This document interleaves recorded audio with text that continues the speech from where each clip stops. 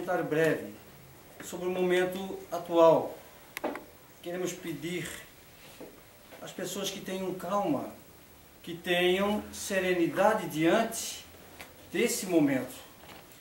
A pandemia, ela é considerada para nós uma prova coletiva. Tem um objetivo na Terra. É considerado um flagelo, por que não? Pela destruição, em termos de óbitos que a gente tem percebido, de desencarnes, ela é considerada um flagelo. No entanto, segundo os espíritos, na codificação, esse flagelo, que é um flagelo natural, o vírus veio mesmo para nos educar. Então, terá um início, mas também terá um fim. A pandemia vem cumprir um papel, e assim que terminar esse papel, com certeza, a própria ciência encontrará a solução, dentro da permissão divina, para que as coisas sigam o seu trilho. É que o mundo de regeneração ao qual nós tanto sonhamos e almejamos, não pode se dar da maneira como está atualmente, como estava atualmente. As instituições precisam mudar, inclusive as religiosas. Os nossos costumes precisam mudar. O mundo de regeneração não comporta o nível de egoísmo, o nível de ambição que até então nós presenciamos. Daí então, percebemos que o flagelo, segundo os espíritos, ele vem promover um progresso em um determinado tempo, vem facilitar esse progresso num determinado tempo, que se deixasse pelo nosso livre-arbítrio, levaria um tempo muito maior. Então, na verdade, é para o nosso próprio bem. Daí então, nós escolhemos o tema, Aprendendo com Jesus. Por quê? Porque certamente a mensagem de Jesus ainda não foi bem assimilada. Nós precisamos, como humanidade, reconhecer, pelo menos a humanidade, nos referimos aos cristãos, porque há outros missionários que durante um largo período contribuíram na Terra com pensamentos também próximos do cristianismo e que também vieram com as missões específicas de auxiliar o progresso da humanidade. Mas nós cristãos, nós espíritas, nós precisamos relembrar a mensagem do Cristo. E por isso, Aprendendo com Jesus é um tema meio genérico, mas nós vamos relembrar, né, alguns momentos e alguns alertas que Jesus deu.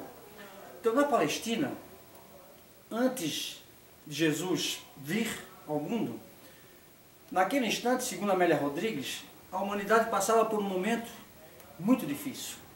Na Palestina, uma atmosfera pesada, havia um desânimo que estava no ar. Os poderosos se degladiando, lutando pelo poder. Os mais pobres, o povo de maneira geral, passando por muitas dificuldades, em busca do pão material mesmo, para o sustento. Mas acima de tudo lhes faltava a esperança. Desanimados pelo poder constituído que só massacrava, que explorava, havia um desânimo geral. Alguns outros profetas antes do Cristo fizeram seu papel, João Batista um deles, que vinha anunciando a vinda do Salvador. Então, naquele instante, naquele período, ainda havia um período de trevas, se é que assim possamos nos expressar. E quando Jesus vem para a Terra cumprir a sua missão, quando ele parte das esferas superiores, narra Amélia Rodrigues que uma atmosfera aqui na Terra começou a modificar. Era aquela estrela, aquele sol que vinha em direção à Terra. Só com a vinda de Jesus e com o anunciar dos profetas, já criou-se um clima diferente. Jesus aproximando-se da Terra, já havia uma esperança. Havia algo que as pessoas não sabiam, não conseguiam explicar. Algo de bom dentro do coração. Algo que diferente poderia estar acontecendo ou iria acontecer. Era a vinda do Cristo. A sua luminosidade, o seu amor como espírito de envergadura maior que nós já conhecemos, o espírito perfeito para o nosso entendimento, um espírito perfeito, por que não? Essa luminosidade, esse amor extraordinário banha sobre a terra, ele está chegando. E então cria-se uma atmosfera diferente. Começa a criar uma atmosfera diferente. Então Jesus veio à Terra. Depois de um período, e nós vamos perceber que Moisés havia cumprido o seu papel, trazendo a mensagem do Deus único, e os povos mais esclarecidos à época, sobretudo o povo hebreu, que apesar desse conhecimento acerca da divindade, não souberam assimilar muito bem a mensagem porque cometeram abusos, acreditavam ser melhores do que os outros, exploravam, enfim. Quando Jesus começa, então, já a iniciar a sua trajetória, em que ele vai à beira do mar, e ali estava Simão Pedro, Filipe e André, consertando as suas redes, então Jesus se aproxima e então lhes faz um convite. Jesus vai diretamente a Simão Pedro e faz o convite. Venham comigo e eu lhes tornarei pescadores de homens. Chama atenção nessa passagem, nesse momento histórico para a humanidade, é que Simão Pedro, em princípio, não conhece Jesus. Porque há o esquecimento do passado. Então, mesmo que Jesus tivesse tido contato com Simão Pedro antes daquela encarnação de Simão Pedro, mas o esquecimento do passado não lhe permitia saber. No entanto, Jesus, alguém diferente naquele instante, chega até ele e faz o convite. Notem que Simão Pedro não contestou um momento sequer. Largou as redes, Filipe também, André, largaram as redes e foram ao encontro de Jesus. Notem, Jesus quando falava, ele magnetizava o seu olhar, a sua palavra doce, meiga, a sua energia, era diferente. E então Simão não contestou e seguiu Jesus.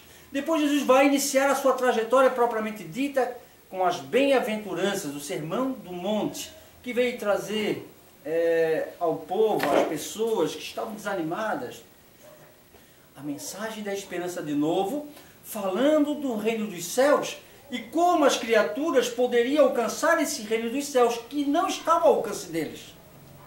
Não estava, porque o reino dos céus era traçado para aqueles que conheciam a lei, aqueles que cumpriam, que faziam jejum, que cumpriam os atos exteriores. Esses eram o reino dos céus, teoricamente, no entendimento da ignorância daquele povo à época. Então Jesus veio e já veio trazer às pessoas que o reino dos céus estava ao alcance de qualquer um de nós à época, até mesmo o mais miserável, até mesmo o criminoso. O reino dos céus poderia ele também ter o acesso, mas que era preciso que as criaturas construíssem esse reino dos céus no seu coração. E Jesus tinha esse trabalho importante de fazer, a construção interna. Daí transformou muitas almas que ele teve contato. Muitos que tiveram contato com o Mestre transformaram-se completamente. Porque Jesus tinha esse poder de persuasão. Obviamente que muitos inferiores não seguiram, não aceitaram a mensagem, o perseguiram, o traíram, enfim. Mas uma grande parte conseguiu ser sensibilizado pela essa mensagem de Jesus. Então, depois dessa boa nova, depois dessa bem-aventurança, muitas dessas mensagens, então o Mestre vai fazer um alerta. E esse alerta, gente, serviu para a época. Serviu ao longo do período e vai servir agora para nós. Vai servir para nós. Então Jesus fez esse alerta assim, ó. Muitos os chamados, poucos os escolhidos. Depois ele vai dizer, nem todos os que me dizem Senhor, Senhor, entrarão no reino dos céus. Mas apenas entrará aquele que faz a vontade de meu Pai que está nos céus. Muitos nesse dia me dirão, Senhor, Senhor, não profetizamos em teu nome? Não expulsamos em teu nome o demônio? Entendamos aqui demônio, o espírito inferior, que pela ignorância ainda permanece no mal, insiste no mal, mas à época eles chamavam de demônio. Então, não expulsamos em teu nome o demônio? Não fizemos muitos milagres em teu nome?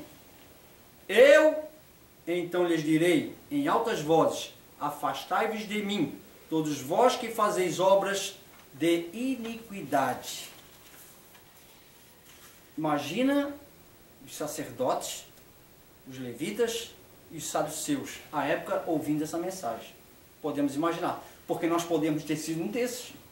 Podemos imaginar ouvir essa mensagem, porque ela tem um teor geral, ela é para todos, mas particularmente mexe com aqueles dentre nós que ouvimos a mensagem do Mestre Jesus e que divulgamos a mensagem do Mestre Jesus. Então ele vai colocar assim, por isso ele disse, nem todos que dizem Senhor, Senhor, ou seja, aqueles que conhecem de certa forma as verdades espirituais. Aquele que de certa forma, pelo fato de conhecer, veio pela encarnação, na reencarnação, veio com uma tarefa específica. Por isso ele tem o conhecimento, por isso ele tem a facilidade e por isso ele divulga nas mais variadas épocas. Assim aconteceu. Mas não basta conhecer, não basta. Não basta dizer-se cristão, não basta. Não basta dizer-se espírita, é muito pouco. Então nem todos que dizem Senhor, Senhor entrarão no reino dos céus, mas entrará aquele que faz a vontade de meu Pai que está nos céus. Então o interessante é fazer a vontade do Pai que está nos céus. E aí toda a bem-aventurança, assim como todos os alertas, assim como o frisar, o que ele frisou na questão dos mandamentos, amar a Deus sobre todas as coisas, e ao próximo como a nós mesmos, nisso está o ponto essencial. Sentimento do amor a Deus e ao próximo. Por isso é importante aprender com Jesus, porque nós ouvimos falar da mensagem, nós divulgamos a mensagem, mas é preciso não somente aprender, a apreender a mensagem. Então, aquele pois, ele na sequência vai dizer assim, ó, aquele pois que ouve estas minhas palavras e as pratica, será comparado ao homem prudente que construiu a sua rocha, que construiu a sua casa sobre a rocha, melhor dizendo. Então, todo aquele que ouve as palavras, agora é para todos, ouve as palavras e as pratica, é comparado ao homem prudente que construiu sobre a rocha a sua casa. Quando caiu a chuva, os rios transbordaram, sopraram os ventos sobre a casa e ela continuou ali firme. Não caiu, porque tinha um alicerce forte. Portanto, a casa não caiu. Estava edificada sobre a rocha. Mas aquele que ouve as minhas palavras e não as pratica, será comparado ao homem insensato que construiu a sua casa sobre a areia. Vieram os ventos, a tempestade assolou, os rios transbordaram e a casa foi levada com a tempestade. A casa ruiu. Por quê? Porque não tinha o alicerce. Essa mensagem é de Mateus, gente, e também Lucas. Tanto Mateus quanto Lucas registraram essa passagem de Jesus. Então, ele vai fazer uma comparação a todos nós que ouvimos a mensagem, temos o conhecimento da mensagem. Se nós a praticamos, obviamente, nós seremos considerados um homem prudente que construímos sobre a rocha a nossa casa. E ela não vai ruir, virá tempestade, mas a casa não vai cair. O que nós observamos no momento? Porque agora só se fala em pandemia. Então, utilizemos a pandemia como exemplo. A pandemia não é uma tempestade? É praticamente uma tempestade que vem arrastando. Vem arrastando. Mas se a criatura tem o seu alicerce no conhecimento, tem a sua fé raciocinada, ele não se abala com uma tempestade. Ainda que ela venha atingi-lo diretamente. Por quê? Porque a pandemia, como prova coletiva, para muitas pessoas tem um aspecto expiatório, para outros é apenas a prova, a dificuldade que ela precisa passar. A dificuldade no aspecto financeiro, para muitos, a dificuldade no aspecto da doença, para aqueles que vão desencarnar, Então poderá ser uma expiação. Daí então, mesmo atingido pela expiação, mesmo que tenha que desencarnar, aquele que tem a construção da sua casa sobre a rocha, ou seja, que tem o conhecimento, a fé, aquele que ouve a palavra e as pratica, aquele que procurou dentro das suas possibilidades, porque aqui somos todos inferiores, mas a luta por ser melhor, a luta por frear as paixões inferiores, a luta por evoluir, na verdade, faz com que a criatura, ainda que atingida por expiação através do desencarne, ela manterá-se tranquila, porque a morte só se dá para o corpo físico, ou seja, nem para o corpo físico. Na verdade, a morte é uma transformação. A alma é intocável nesse instante. O espírito é intocável. Portanto, ele, se tiver que desencarnar, óbvio que nós, nesse período, temos que tomar, estamos tomando nesse momento, todos os cuidados necessários, porque o espírita não teme, não deve temer a morte, mas não deve colocar-se como um suicida no momento em que não toma os cuidados. Se nós não tomarmos os cuidados necessários da higiene, na máscara, no contato, até no isolamento social, dentro das possibilidades, se nós não contribuirmos com isso, podemos estar enquadrados dentro do suicida, e o suicídio não é programado em lei. Daí então temos que ter essa cautela. Mas tomando toda essa cautela, se formos atingidos, teremos que ter a resignação. Se for um parente nosso, um pai, uma mãe, um avô, teremos que ter em nós a resignação. Portanto, a casa construída na rocha, o conhecimento, a base e a questão do sentimento transformado. Por isso é que quem ouve as palavras e as pratica, com certeza passa por esses momentos com dificuldade, mas vence as dificuldades, até porque são provas necessárias ao espírito na sua trajetória rumo à sua perfeição. Então, voltando à mensagem do Cristo, porque nós estamos nesse momento, o tema é Aprendendo com Jesus. Então, na sequência, o capítulo é muito longo, nós sintetizamos o máximo. Ele vai dizer assim, ó: aquele que violar a um destes menores mandamentos e que ensinar os homens a violá-los, será considerado como o último no reino dos céus.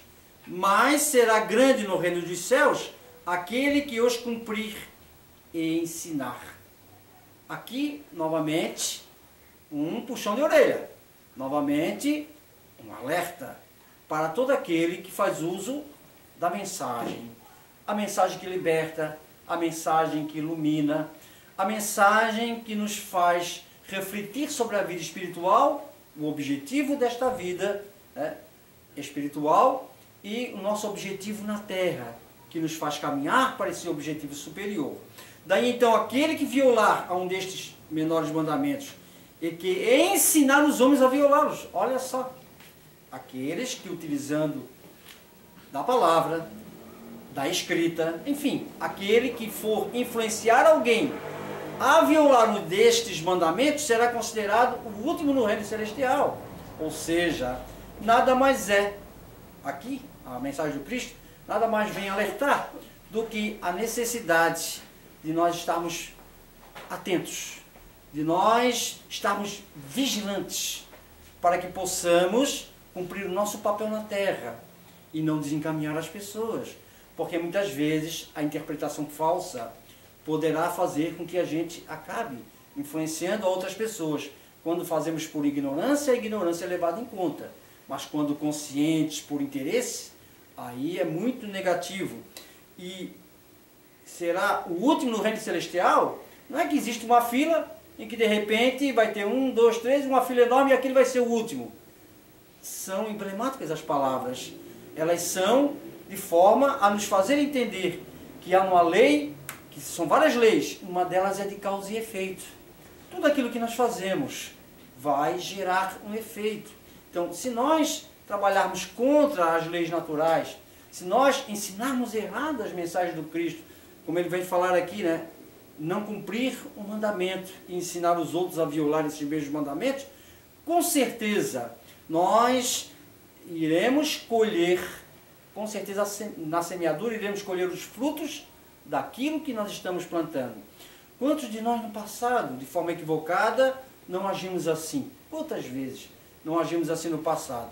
Hoje, graças a Deus, temos a oportunidade de receber a mensagem do Cristo e agora reavivada pela doutrina espírita, estudada, detalhada, exemplificada, e a gente poder enxergar melhor e utilizando hoje a palavra, por que não? Para talvez tentar retificar um passado equivocado. Então, vejamos que as oportunidades na Terra aparecem para a criatura, para que ela possa evoluir, para que ela possa caminhar para a frente.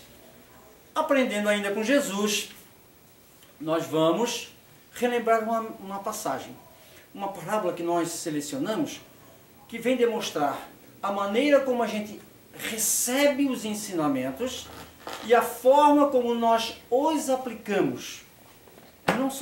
Não somente os ensinamentos em nível de religião, não somente do Evangelho, mas os recursos que a natureza nos coloca às mãos, a maneira como nós recebemos e a forma como nós aplicamos isso.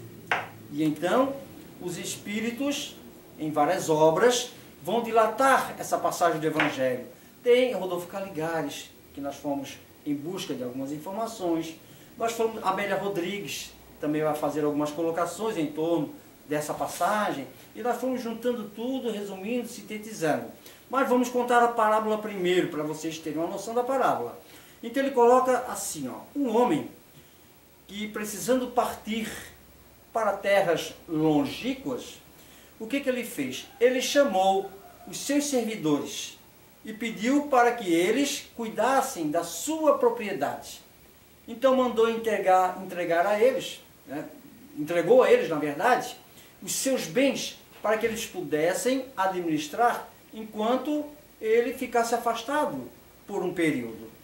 Então, na narrativa da parábola de Jesus, que este proprietário, esse dono dessa grande fazenda, ele entregou 5 talentos a um indivíduo. Depois ele chamou outro servidor, entregou 2 talentos. E a um terceiro, ele entregou apenas 1 talento. Essa distribuição era de acordo com a capacidade de cada um. Portanto, o que recebera 5, com certeza era mais capacitado. O que recebera 2, um pouco menos, mas tinha sua capacidade.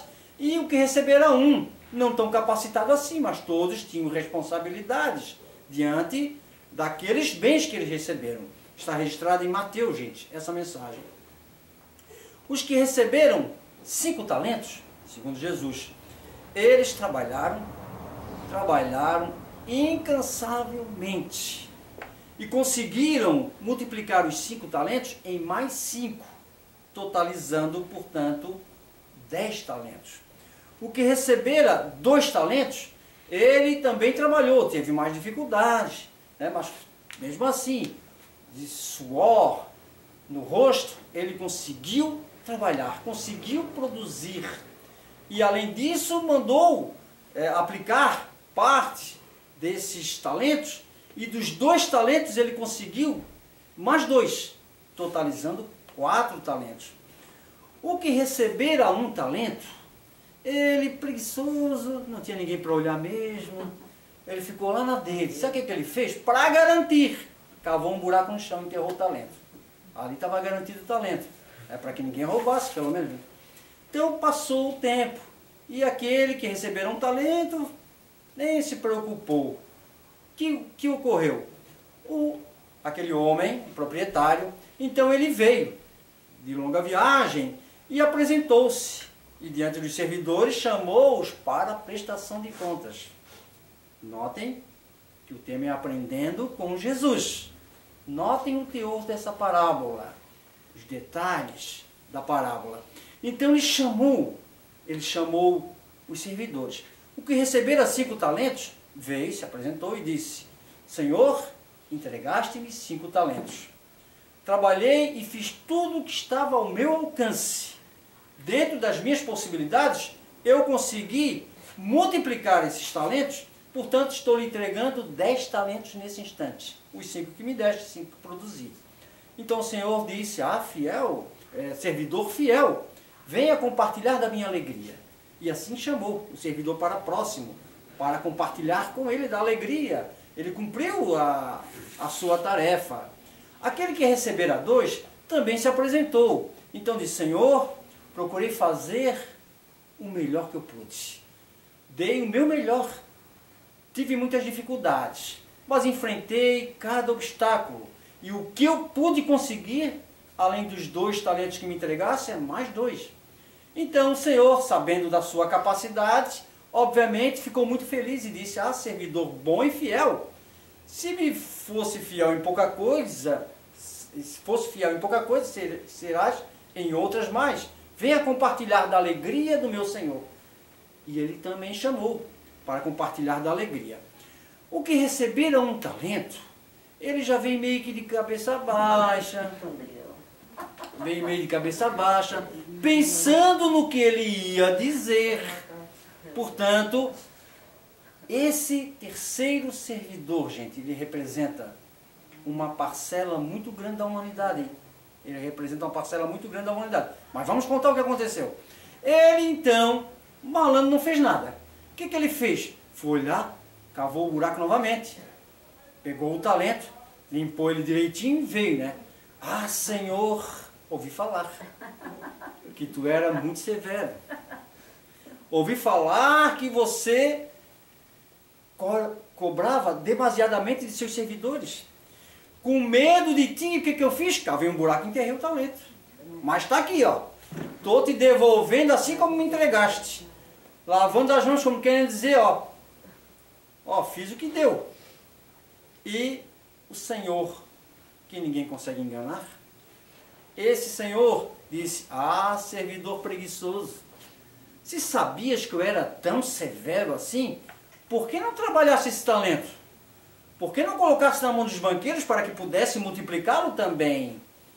Servidor inútil, retirem-lhe o talento e deem-no ao que tem 10, porque aquele que muito tem, ainda mais terá. E aquele que nada tem, até o que pareça ter, será retirado.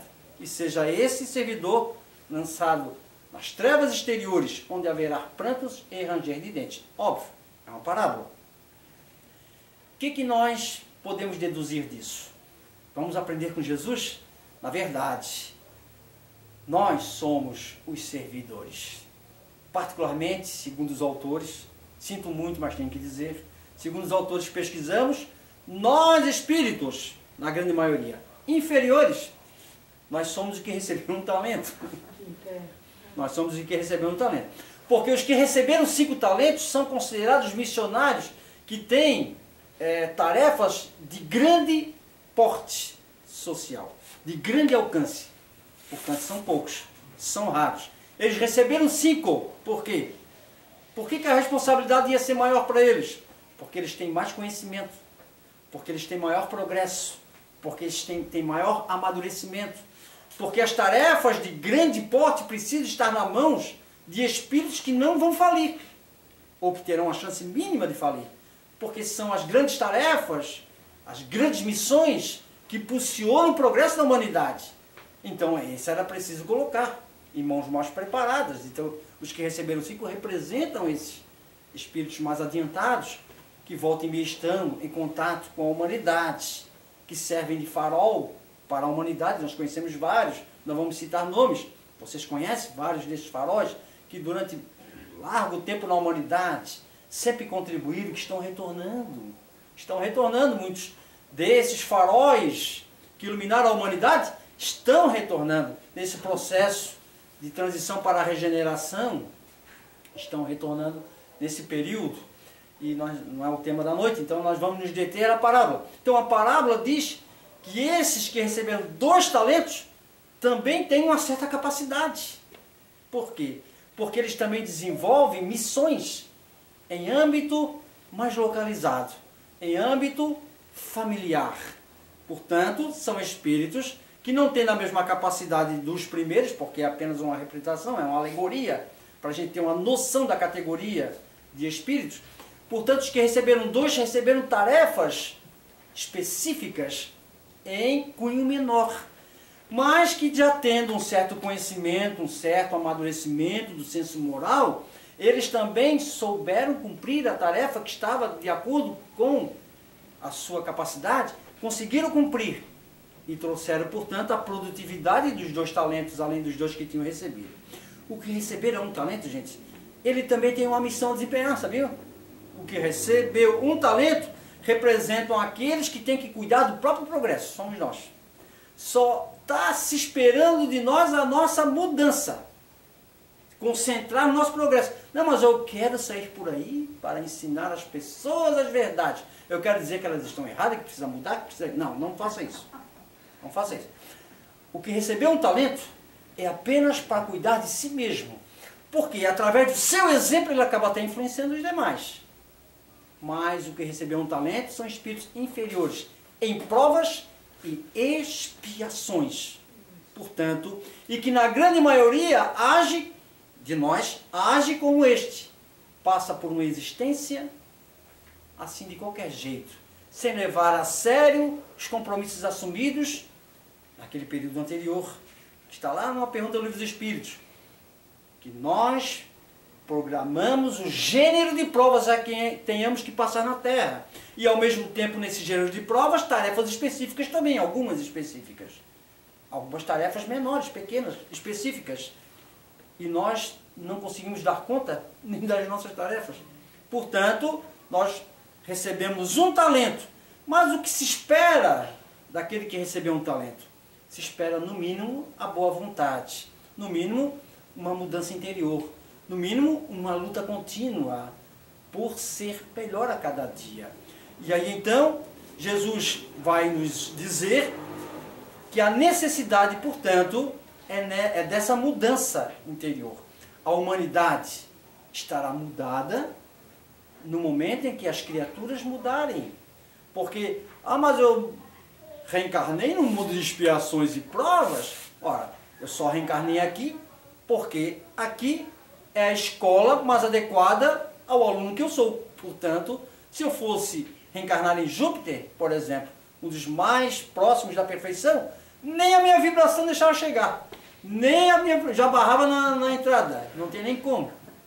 Portanto, os planetas, eles são adequados aos níveis de evolução de cada criatura. Então nós estamos na escola certa.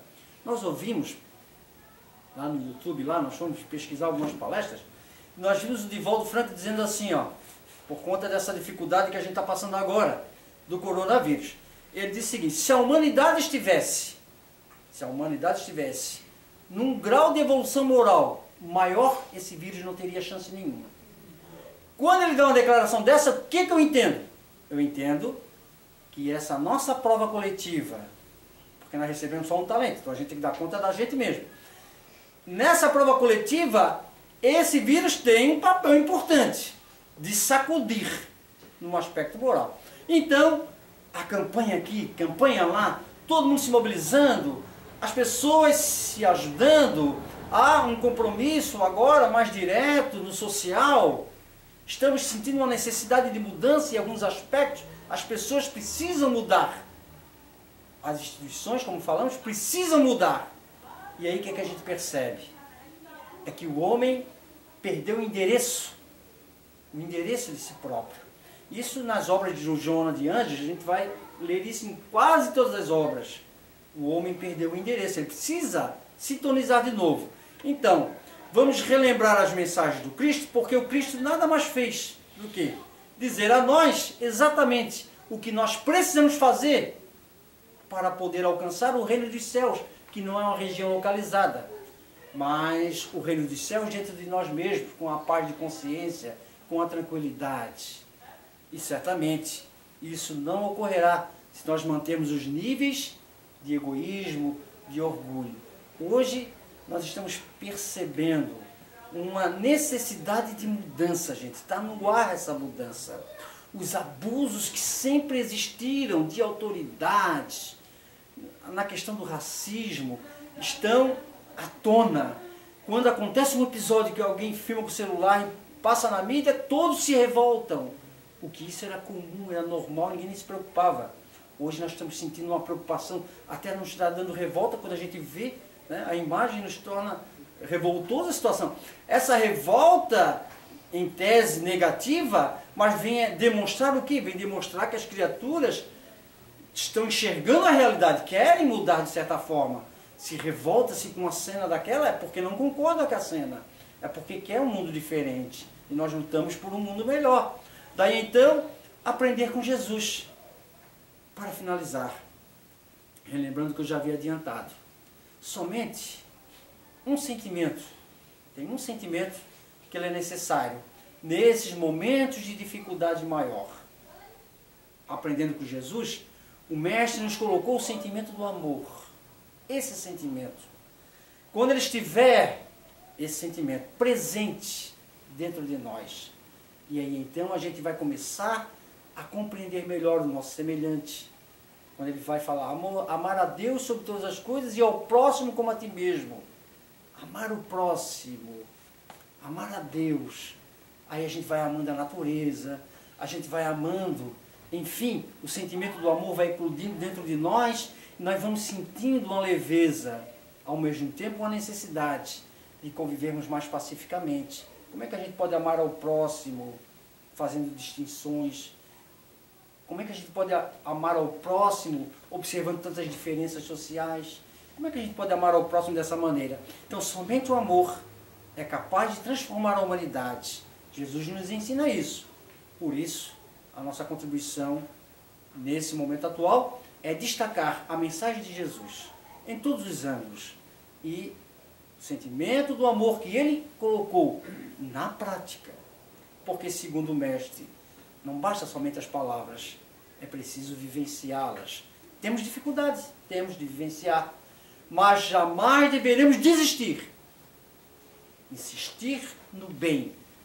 O bem é o melhor investimento que a gente pode fazer por nós mesmos e pela humanidade. Que Deus nos ilumine, nos proteja agora e sempre. Muito obrigado.